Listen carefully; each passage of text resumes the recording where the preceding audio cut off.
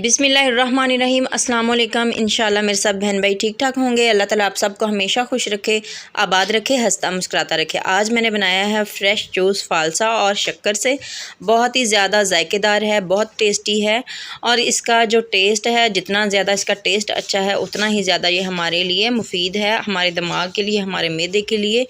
बेहद इसकी तासीर ठंडी होती है, शक्कर की तासीर बहुत ठंडी होती है, आप सबको पता ही है। तो यहाँ पर देखें, हमने जूस बनाने के लिए बिस्मिल्लाहिर्रहमानिर्रहीम यहाँ पर आधा किलो फ़ालसा लिया है और एक प्याली ब्राउन शुगर ली है, शक्कर ली है। अगर आपके पास शक्कर नहीं है तो आप इसकी जगह पे गुड़ भी इस्तेमाल कर सकते हैं, गुड़ को पीस कर आप इसमें डाल सकते हैं। तो अगर कोई भी मेरा बहन भाई चैनल पे पहली बार आए तो प्लीज़ चैनल को लाजमी सब्सक्राइब करें, वीडियो को लाइक करें, शेयर करें और कमेंट भी लाजमी किया करें। तो अब मैंने फ़ालसा इसमें डाल दिया है, जो प्याली हमने शक्कर की रखी थी वो भी इसमें डाल लेते हैं। अगर आप मीठा ज़्यादा पसंद करते हैं आप इसकी जगह थोड़ी सी और भी शक्कर डाल सकते हैं। तो अब हम इसमें डाल देंगे पानी। तो पानी डालने के बाद हम इसके ऊपर ढक्कन लगाकर इसको ब्लेंड कर लेंगे अच्छे तरीके से। तकरीबन 4 से 5 मिनट तक हम इसको ब्लेंड करेंगे। ब्लेंडर को चलाएंगे, मुसलसल चलता रहने देंगे ताकि अच्छे तरीके से इसकी जो गुठलियाँ हैं अलग हो जाए। तो आपको पता है गर्मियों के मौसम में ही ये फ़ालसा हमें देखने को मिलता है और ये थोड़े अरसे के लिए आता है और इतना ज़्यादा ये हमारे लिए फ़ायदेमंद होता है। इसके साथ अगर मुसलसल हम इसका जूस रोज़ाना पिएँ तो हमारा जो मैदा होता है ये बहुत ही अच्छा हो जाता है। अगर किसी को कब्ज़ है तो वो भी ठीक हो जाती है। अगर किसी को भूलने की बीमारी है तो 1 महीना मुसलसल अगर फ़ालसे का जूस बनाकर पिएँ तो उसको जो भूलने की बीमारी है वो भी ठीक हो जाएगी। तो यहाँ पर देखें, ब्लेंड कर लिए हमने सारा जो जूस है। तो अब हम एक छाननी लेंगे और किसी बर्तन में इसको इस तरह से छान लेंगे।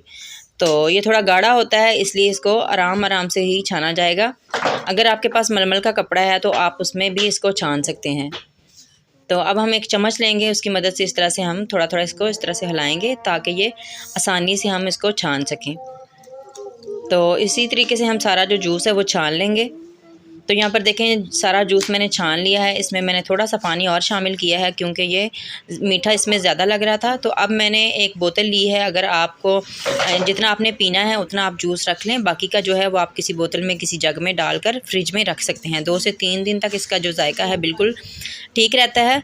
तो ये देखें, अब मैंने एक गिलास लिया है और यहाँ पर मैंने बर्फ़ के क्यूब्स लिए हैं और एक प्लेट में थोड़ा सा साइडों पे हम गिलास के साइडों पे फ़ालसा डाल देंगे खूबसूरती के लिए। और जो बर्फ़ के क्यूब्स हमने रखे थे वो एक गिलास में डाल लेंगे और जो हमने जूस बनाकर रखा है वो इस तरह से इसके ऊपर इस तरह से डाल देंगे।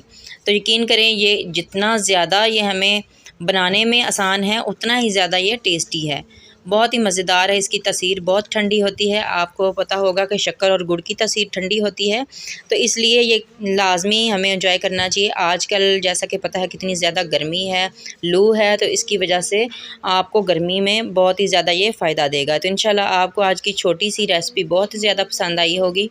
दुआओं में याद रखिएगा। अल्लाह ताला आपको, आपके घर वालों को तमाम खुशियाँ अता फ़रमाए। अल्लाह ताला आप सब के हामी और नासर हो। अल्लाह हाफ़िज़।